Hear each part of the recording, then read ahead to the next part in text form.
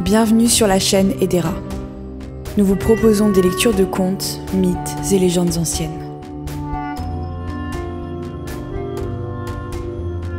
Je vais vous conter aujourd'hui la légende de Dahu, extraite de l'ouvrage « Les grandes légendes de France » écrit par Édouard Churet et paru en 1908. Alors éteignez les lumières, installez-vous confortablement et laissez-nous vous emporter dans cet univers.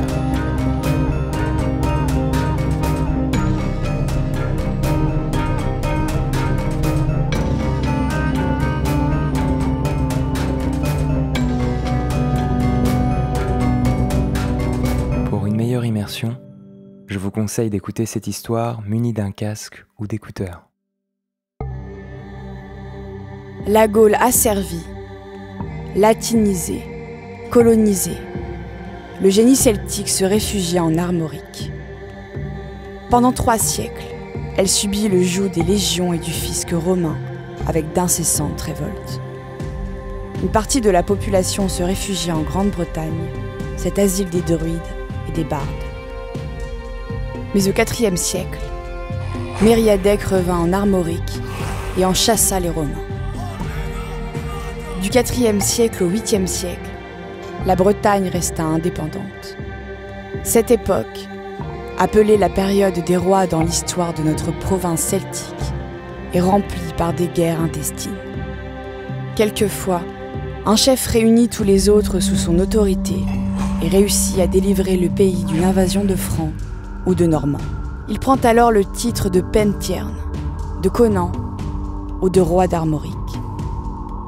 Aussi les noms de Mériadec, de Gradelon, de Noménoé et d'Alain Barbe-Torte résument-ils l'histoire bretonne de ces temps. Époque héroïque, barbare et sauvage, où éclate le côté païen de l'esprit celtique. Si le Morbihan est le sanctuaire d'un monde préhistorique, le Finistère, avec les prodigieux récifs et les baies profondes de la côte ouest, est le centre principal de cette Bretagne bretonnante, indépendante et païenne. Il nous en reste une série de traditions qui plongent le fin fond du paganisme et une légende originale.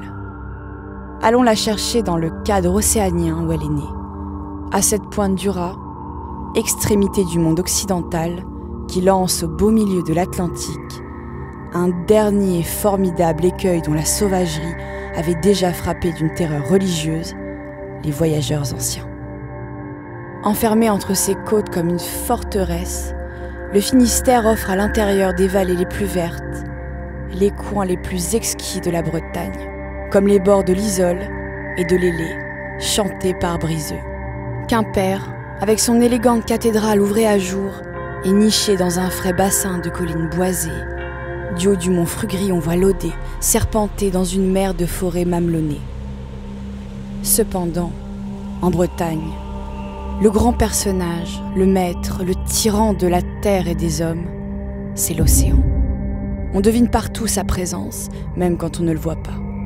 On le sent dans ses rivières brunes et noires, où le reflux remonte quelquefois à 10 lieues, où des goélettes sont attachées sur les quais ou couchées sur la vase comme des cormorans malades.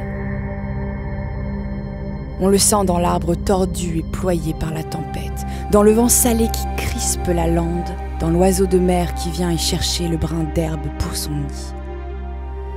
On le rencontre dans ces marins aux yeux francs et hardis, à la chemise rabattue, au col nu brûlé par le soleil, la fleur et l'orgueil du pays qui se promènent dans les villages de l'intérieur. Il revient sans cesse dans les conversations des vieilles accroupies au seuil des chaumes et des hommes assis sous les portes des petits cabarets, la pipe aux dents, le bonnet de laine sur l'oreille.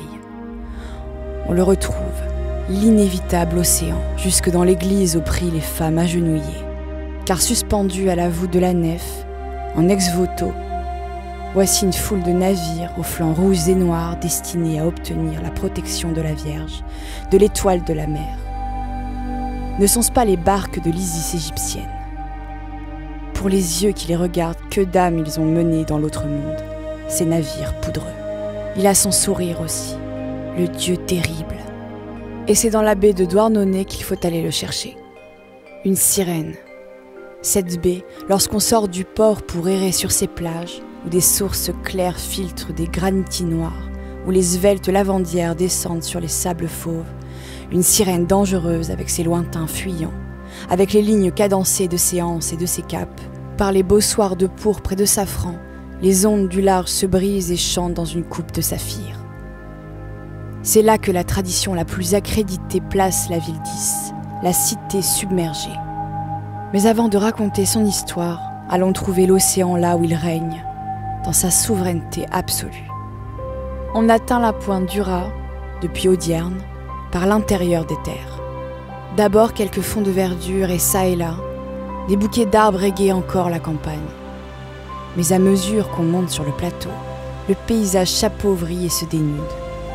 Qui rendra la tristesse de ces rideaux de pins ébranchés par le vent, qui profilent sur le ciel gris leurs maigres colonnades et celles du clocher de Tugeau, qui se dessinent sur la mer dans une cassure de terrain, et l'air d'abandon des sémaphores huppés, une chèvre misérable attachée à un poteau. Après l'Escoffe, on ne voit plus que de loin en loin un moulin à vent ou une bergère assise avec un fuseau sous une haie d'ajoncs. Enfin, on aperçoit le grand phare qui occupe l'extrémité de la pointe d'Ura. Un sourd mugissement qui vient d'en bas annonce la proximité de la mer et par saccades fait trembler tout le promontoire. Quelque part encore et brusquement, derrière le phare, l'océan apparaît de trois côtés. D'un seul coup, il s'est emparé de l'horizon et vous écrase de son immensité circulaire. Ici, la terre finit, rongée, engloutie par le flot tout-puissant. Derrière ce rocher pointu, qu'on voit devant soi et qui forme le bout du cap, on sent le vide de l'espace. On se croit lancé par-dessus l'enveloppe liquide du globe sur un écueil, au beau milieu de l'Atlantique. Il n'y a plus que la mer et le ciel, et entre les deux, des nuages noirs sombrés sur l'abîme. Tristis usque ad mortem. C'est la première et la dernière impression de la pointe d'Ura. Elle s'exprime dans ce proverbe breton. « Secourez-moi, grand Dieu, ma barque est si petite et la mer est si grande. » Et dans cet autre, on ne peut rien contre la mer ni contre Dieu. Un sentier étroit, vertigineux, grimpe autour du cap sauvagement découpé. Bientôt on aperçoit sous ses pieds ce qu'on appelle l'enfer de Plogoff. En travaillant un angle rentré du roc, les vagues ont creusé une caverne et percé le promontoire de part en part. La rampe descend assez bas pour qu'à un point, on voit un trou de lumière dans la caverne. C'est son issue de l'autre côté du cap. À cet endroit, le granit est rouge. Sous l'eau, il est tapissé de lichen d'un blanc verdâtre et cadavéreux, ce qui donne à cette bouche de l'abîme quelque chose de particulièrement sinistre. Toujours les vagues y mènent une danse effrénée et s'y engouffrent avec de véritables détonations. Mais il faut s'asseoir à la pointe aiguë du cap, au tournant du sentier pour goûter la beauté sauvage du panorama, qu'aucune vue océanienne ne surpasse en grandeur. On dirait qu'on se trouve sur le pic d'une montagne submergée, dont la crête se prolonge sous l'eau et en ressort avec ses dents ébréchées. On plane sur un archipel d'îlots et de récifs. À vos pieds, sur un écueil, au ras du flot, c'est le phare de la Vieille. À 2 lieues de là, cette mince ligne noire, qui le dirait? C'est l'île de Saint, la célèbre île des 9 vierges prophétesses de l'Armorique ancienne. Entre les deux, c'est le Raz, où un courant formidable entraîne les navires et que nul n'a passé sans mal ni frayeur, disent les Bretons. Cependant, il n'y a pas d'autre chemin pour doubler le cap, car au-delà de l'île de Saint, une chaîne de récifs s'étend à 8000. Le phare d'Armen la termine. Et plus loin, vers l'île d'Ouessant, perdu comme une bouée dans la solitude désolée de l'Atlantique, c'est le phare des Pierres Noires.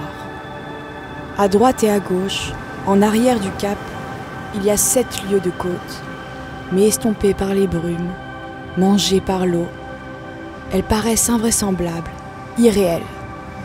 Et s'accentue cette sensation de pleine mer, de marée montante et d'engloutissement de la terre dans le grand océan. Mais il est superbe. Il se redresse tout blanc de vagues, les jours de grandes tempêtes, le vieux cap, quand les montagnes liquides se précipitent à l'assaut sur son éperon de granit. Alors personne ne pourrait tenir sur ces pentes escarpées. Les rafales d'écume balaient les promontoires à 300 pieds au-dessus de la mer. Dans l'enfer de Plogoff, ce sont des salves d'artillerie.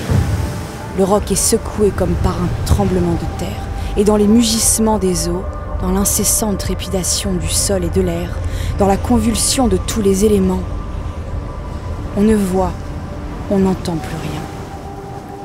Je suis allée me promener une grande heure, par un beau soir, dans la baie des Trépassés. C'est une large plage de sable qui termine un vallon désert. L'Atlantique s'encadre ici entre la pointe du Raz et la pointe du Vent. Ces larges lames bleues et transparentes déroulent leurs volutes nacrées sur la grève nue avec une majestueuse monotonie. Les rayons obliques du soleil couchant jettent de l'or dans ces crinières d'océanide. Et ce sont 1000 voix confondues dans un profond murmure, une polyphonie de rythmes et de mélodies dans une symphonie grandissante. La mer, si désespérante là-haut, redevient ici l'enchanteresse caressante, la grande endormeuse de la souffrance humaine. Car sa musique parle des choses éternelles. Car l'âme, en se recueillant au fond d'elle-même, se dit qu'au milieu de ses naufrages et de ses abandons, il y a en elle aussi quelque chose qui ne meurt point et qui la relie à l'éternel. Ce lieu abandonné des humains, où la solitude de la terre se rencontre avec la solitude de l'océan, et selon d'antiques légendes, le rendez-vous des âmes en paix. Le peuple de ces côtes, dit le poète Claudien, entend les gémissements des ombres volant avec un léger bruit. Il voit passer les pâles fantômes des morts. Selon Procope, les pêcheurs entendent heurter à leur porte à minuit. Ils se lèvent et trouvent sur la plage des barques vides qui se chargent d'hôtes invisibles. Poussés par une force inconnue, les pêcheurs prennent place au gouvernail. Le vent les emporte avec une rapidité étourdissante. Lorsqu'ils touchent à l'île de Bretagne, ils ne voient toujours personne. Mais ils entendent des voix qui appellent les passagers par leur nom. Les barques s'allègent tout à coup. Les âmes sont parties. Selon la tradition chrétienne, encore vivante dans le peuple, la baie des Trépassés est le rendez-vous des âmes des naufragés. Le jour des morts, on les voit courir sur la lame comme une écume blanchâtre et fugitive, et toute la baie se remplit de voix, d'appels, de chuchotements. Une touchante imagination populaire fait se rencontrer ici les âmes de ceux qui se sont suicidés par amour et perdus dans la mort. Une fois par an, ils ont le droit de se revoir. Le flux les réunit, le reflux les sépare. Ils s'arrachent l'un à l'autre avec de longs gémissements. Mais la plus curieuse tradition de ces côtes est celle de la cité submergée. La légende de la ville d'Is est l'écho de l'armorique païenne du IVe et du Ve siècle. On y sent passer comme un ouragan la terreur des vieux cultes païens et celle de la passion des sens déchaînés dans la femme. À ces deux terreurs s'en mêle une troisième, c'est celle de l'océan, qui joue dans ce drame le rôle de Némésis et du destin. Le paganisme, la femme et l'océan, ces trois désirs et ces trois peurs de l'homme se combinent dans une singulière tradition et finissent dans une tempête d'épouvante. Par une après-midi orageuse, je contournais avec un ami le haut des rochers qui s'échelonnent en promontoire depuis la pointe du Brézélec jusqu'à celle du Vent. Pas de côte plus féroce dans toute la Bretagne. La mer la déchiquette à l'infini. Là, ce sont de petits fjords, longs corridors où l'œil plonge d'en haut, à pic. Ailleurs, les rochers s'avancent comme des castels féodaux. De loin, la pointe du Vent ressemble à une forteresse massive, où le lichen noir, trace des stries verticales. Quand on approche, c'est un labyrinthe d'îlots enchevêtrés qui ressemblent à des animaux antédiluviens, mastodontes et mammouths gigantesques couchés dans la mer. Les ravines, qui dévalent du haut de la lande, finissent en précipices, en gargouilles, en criques, où incessamment mugit, tourne, joue, travaille le flot. Ces ravines parfois ont leur flore, pâle flore rongée par la bise saline, fleurs jaunes d'ajonc ou de genêt. Certains rochers qui descendent en entonnoir dans des criques mordues par la vague sont revêtus de petites fleurs blanches, étoilées. Rien de plus triste que ces fleurs tapissant l'abîme. On dirait la dernière illusion attirante et trompeuse au bord du fond amer et noir de la vie. Quelquefois, perdue dans la lande, une ferme isolée rappelle le doux home, ou debout, en face de l'infinie désolation de la mer, une chapelle en ruine se dresse comme une pensée immuable, fixée sur l'invisible.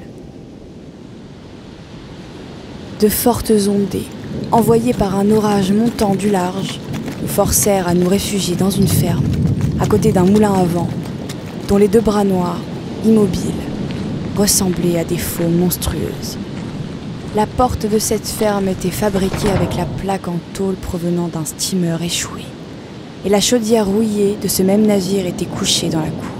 Le paysan, grave comme un chouan, nous fit asseoir près de la cheminée basse où grésillait un feu de lande.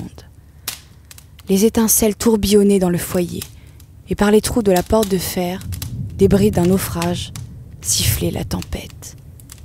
De temps en temps, on entendait les grondements de la mer lointaine comme les coups d'un assaut répété.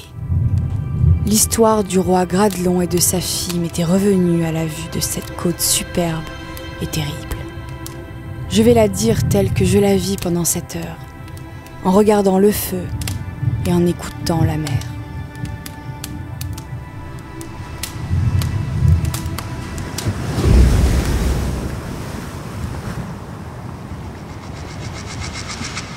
Dans cette partie de la Bretagne que nous nommons Finistère et que les Romains avaient nommée Corne de la Gaule, Cornu-Gallier, dont quelques-uns décrivent Cornouailles, régnait au 5e siècle le roi Gradelon.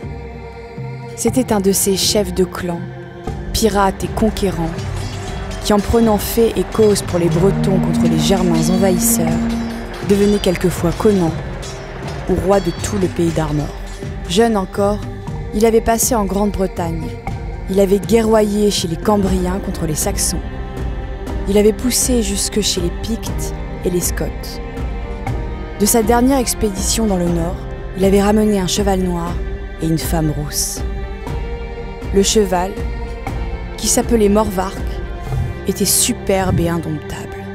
Il ne se laissait monter que par la reine Macven et par le roi Gradelon. Lorsque d'autres le touchaient seulement, il se cabrait en frémissant. Sa crinière se hérissait toute droite sur son cou, et il fixait les gens de ses beaux yeux noirs, presque humains, mais farouches, pendant qu'une flamme légère semblait sortir de ses naseaux, si bien qu'on reculait, épouvanté.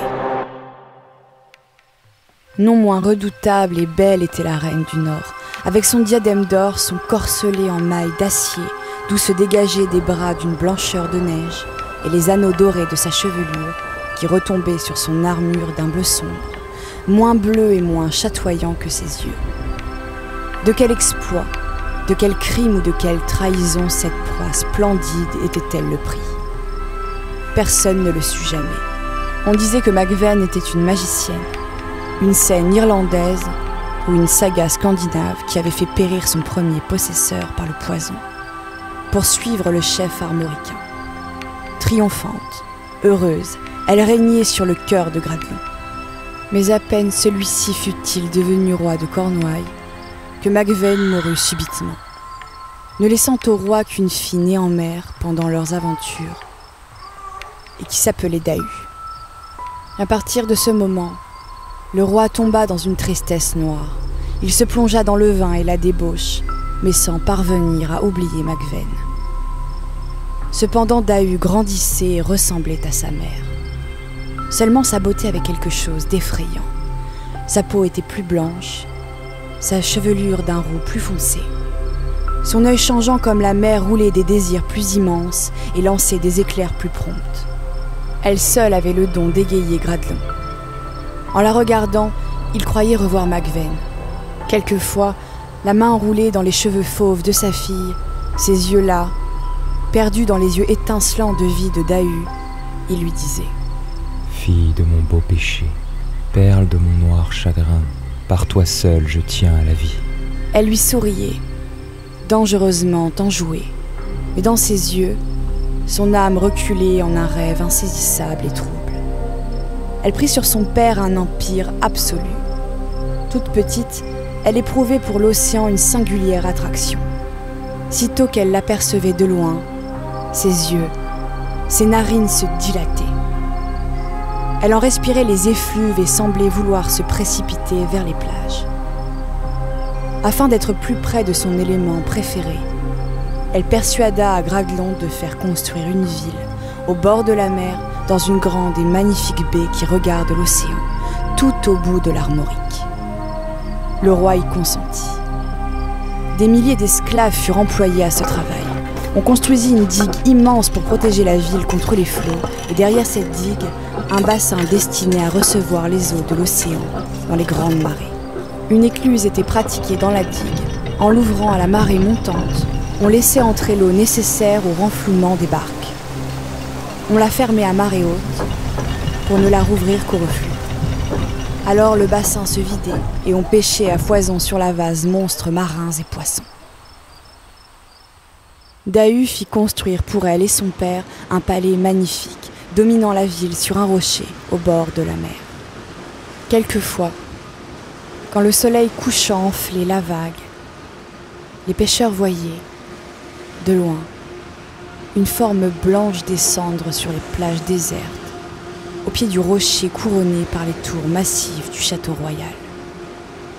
C'était Dahu, qui voluptueusement se baignait dans cette crique sauvage et se livrait à de singulières incantations avec son élément favori.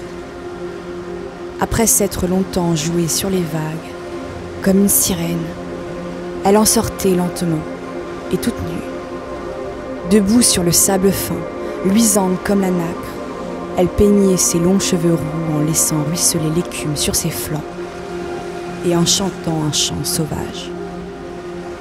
Un soir, le vent apporta ce refrain aux oreilles d'un pêcheur. Océan, bel océan, roule-moi sur le sable, roule-moi dans ton flot. Je suis ta fiancée, océan, bel océan bleu. Toi qui retournes comme tu veux lui barquer le cœur, donne-moi les beaux navires des naufragés, les navires pleins d'or et d'argent, donne-moi tes poissons nacrés, tes perles d'opale, donne-moi surtout le cœur des hommes farouches et des pâles adolescents sur qui tombera mon regard. Car sache-le, aucun de ces hommes ne se vantera de moi, je te les rendrai tous et tu en feras ce que tu voudras. À toi seul j'appartiens tout entière. Un jour, après avoir chanté ainsi, Dahu jeta une bague dans les flots. Une lame vient mouiller ses pieds et l'enveloppa jusqu'à la taille. La ville d'Ys prospéra et devint la plus riche de Cornouailles. Le vieux roi Gradelon vivait au fond du palais et ne sortait de sa mélancolie que pour se plonger dans l'ivresse. Sa fille Dahu gouvernait au gré de ses désirs. L'océan jetait et brisait par centaines les navires sur ses côtes. On pillait les richesses. Les survivants du naufrage devenaient esclaves. Les pêches étaient miraculeuses. Le seul dieu adoré de la ville d'Ys était le dieu de Dahu, l'océan. Tous les mois, on le célébrait par une cérémonie solennelle. Dahu, assis sur le rivage et entouré de la foule, trônait au milieu de bardes qui invoquaient le dieu terrible. Alors on ouvrait l'écluse et le flot bouillonnant entrait. Lorsqu'on y jetait le filet, on en retirait des rivières de poissons.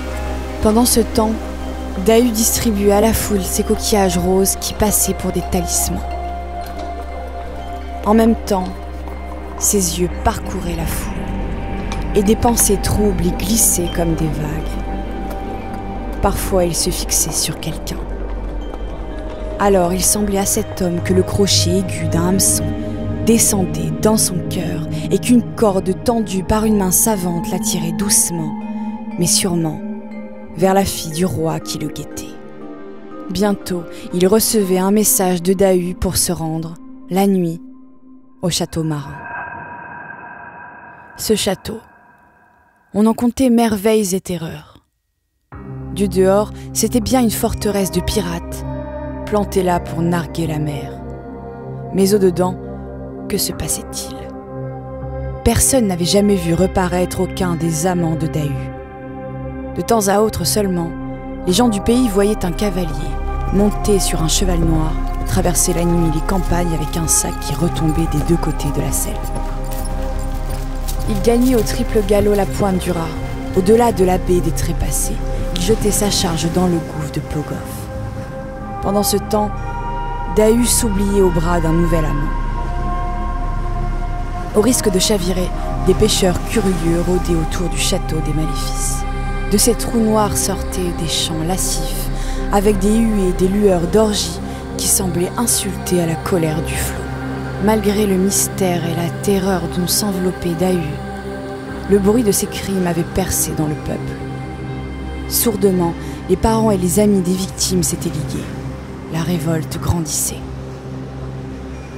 Un soir, à la nuit tombante, la foule, armée de fourches, de piques et de pierres, se présenta à la porte du château en vociférant. Roi Gradelon, rends-nous nos parents, nos frères et nos fils, ou livre-nous ta fille. C'est Dahu que nous voulons. Pendant ce temps, Dahu, étendu sur une couche moelleuse, entre des colonnes de jaspe et des tentures de pourpre, se laissait aller à une langueur délicieuse, à une volupté toute nouvelle et presque attendrie. Une de ses mains jouait avec les cordes d'un luth, dormant sur les coussins. L'autre errait, légère, dans les cheveux noirs et longs du page Sylvaine, agenouillé devant elle et qui la regardait éperdument. « Sais-tu pourquoi je t'aime, toi ? Je n'ai peur de personne car je sais que tous les hommes ont peur de moi. Je les hais tous quand ils m'ont tenu dans leurs bras. Pourquoi faut-il que je t'aime, toi, insensé que je suis ? Tu le sauras. Écoute. Un jour, poussé par la curiosité, je voulus aller à Landévennec, au tombeau de Saint Gwénolé, qui disait-on faisait des miracles. Mais au moment où j'entrais dans la crypte noire, ma lumière s'éteignit, et devant le sarcophage, j'aperçus un jeune homme tenant un flambeau. Il me regardait avec des yeux candides et farouches, comme tu me regardes en ce moment. Mais sa main menaçante me défendait d'approcher. J'eus peur et je sortis. Un vieux barde de mon père m'attendait. Je rentrai avec lui dans la crypte après avoir rallumé mon flambeau. Il n'y avait plus personne. Ma peur s'en augmenta et je demandai au barde ce qu'il pensait de ce signe.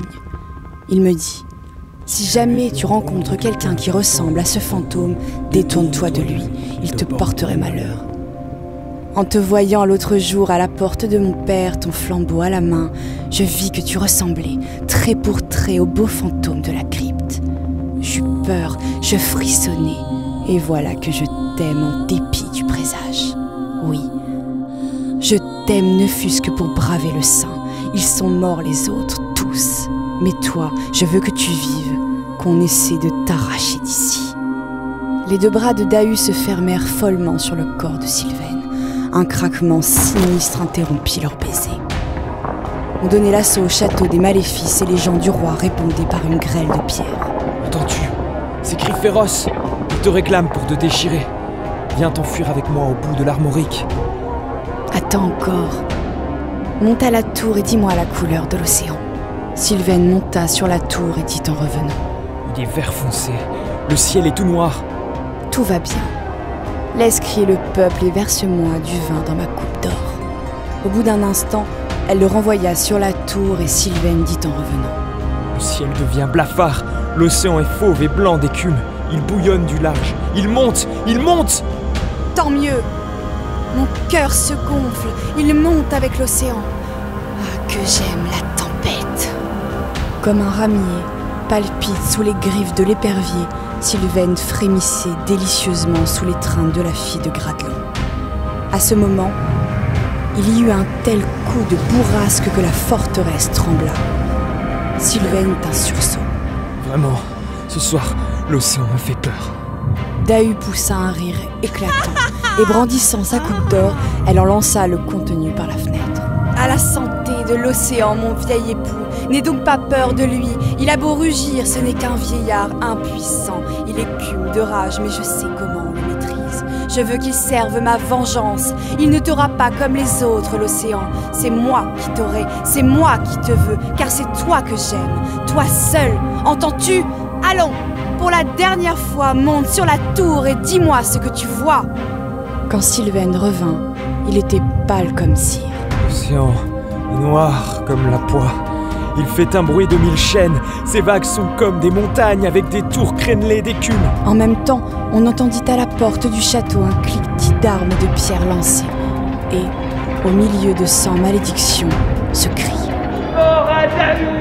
Ah, ils l'ont voulu! L'heure est venue, je vais noyer la révolte avec la ville. Viens! Sortie du château par une porte secrète, malgré le vent et les vagues, elle entraîna son page sur la digue. Tire la barre de l'écluse! À peine eut-il tiré la barre que l'eau, brisant l'écluse, se précipita par l'ouverture. Une vague immense emporta l'amant de Dahu. Celle-ci poussa un cri sauvage. Il lui sembla qu'on lui arrachait l'âme du fond des entrailles. Prise d'épouvante, elle n'eut que le temps de s'enfuir auprès de son père. Vite, vite, vite, ton cheval! L'océan rompt ses digues! L'océan me poursuit! Le roi Gradelon se jeta sur son cheval et sa fille en croupe derrière lui. Déjà les grandes ondes déferlaient sur les murs submergés de la ville d'Is. L'étalon Morvac se mit à bondir sur les galets.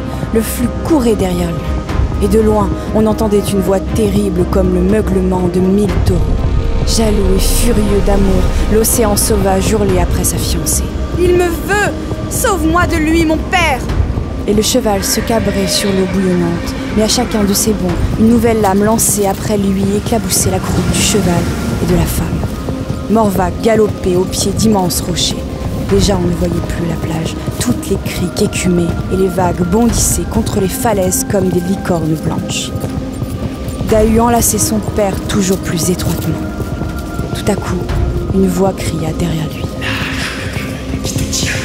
Mais Dahu, les ongles crispés dans la chair du vieux roi, suppliait, haletante. « Je suis ta fille.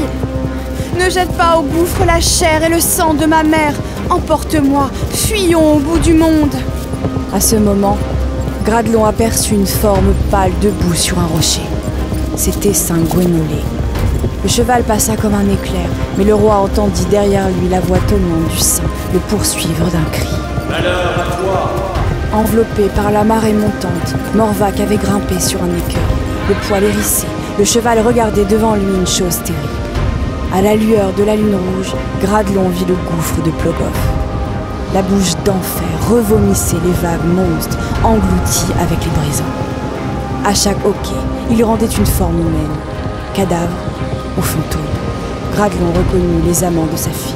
Il jaillissait du flot avec des gestes accusateurs, puis retombait et semblait appeler à la sarabande du gouffre la cruelle sirène, la femme vampire, toujours désirée. « Sauve-moi !»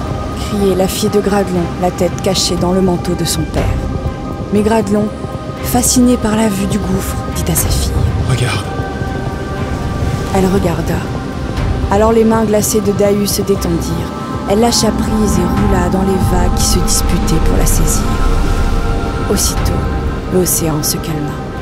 Il s'enfuit joyeux, emportant sa proie, avec le bruissement sourd d'un grand fleuve et le murmure d'une cataracte lointaine. La plage était libre. En quelques bonds sauvages, le cheval gagna le haut du promontoire. Inerte et brisé, le vieux roi se retira Quimper. Saint Corentin le prêcha. Gradelon, par lassitude, se laissa convertir à la foi chrétienne. Mais l'eau du baptême ne put chasser sa mélancolie. Il s'assit sur la paille au fond d'un donjon, toujours hanté par sa fille. Morvac, de son côté, baissait la tête tristement ou mordait ses gardiens. Quand Gradelon mourut, son cheval devint sauvage de chagrin. Il rompit tous ses liens et courut sur la lande. Aujourd'hui encore, en de certaines nuits, les paysans entendent trembler leurs cabanes au trot de son sabot. Et le jour, pourquoi court-il les plages blanches d'écume? Pourquoi le voit-on au haut des falaises, flairant l'abîme et hennissant? Que cherche-t-il de ses yeux de feu, là-bas, sur l'océan couleur d'aigle marine? Sans doute ce que cherchent les marins, les bardes et les vagabonds. La fée Dahu qui peigne ses cheveux d'or au milieu des vagues, sur un écueil, parmi les goémons jaunes et blancs. Quant au roi Gradelon, il a sa statue équestre au gable du grand portail de la cathédrale de Quimper. Cette page flamboyante d'architecture héraldique. Les paysans carnévotes qui, le dimanche, avant la messe, stationnent sur la grande place avec leurs larges braies et leurs chapeaux bretons, sont encore fiers de leur vieux roi si haut perché, à la pointe de l'ogive, montant son cheval de mer et de bataille. Peut-être ont-ils le sentiment confus que ce cheval symbolise l'antique et libre Bretagne.